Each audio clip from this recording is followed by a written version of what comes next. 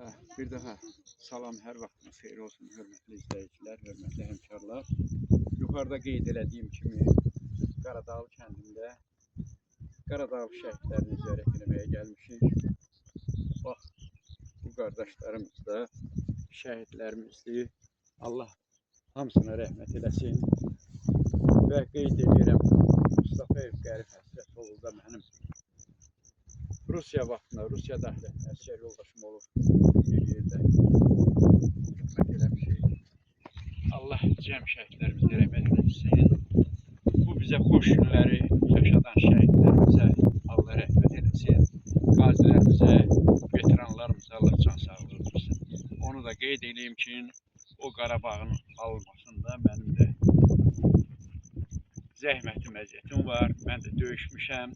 Bir döyüşçü olaraq mən bunların hamısının əziyyətini çox yüksək səviyyədə qiymətləndirirəm.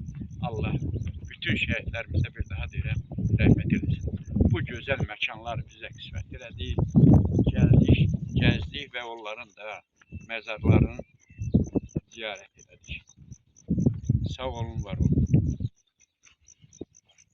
Salam, hər vaxtınız xeyir olsun, hörmətli izləyicilər. Səhər-səhər təşkilatımıza səs göndərdim. Yəni, bugün Xocavənd rayonunda olduğumuzu bildirdim. İndi də Xocavənd rayonunun Qaradağ kəndindəyik. Görürsünüz, bax, bu gözəl yerləri, gözəl məkanları bizə bəxş edən, bizə bu xoş gün yaşadan şəhidlərimizin həm də ziyarətinə gəlmişik. Allah cəm şəhidlərimizə rəhmət eləsin. Bu gözəl yerlərimizi özümüzə qaytardılar.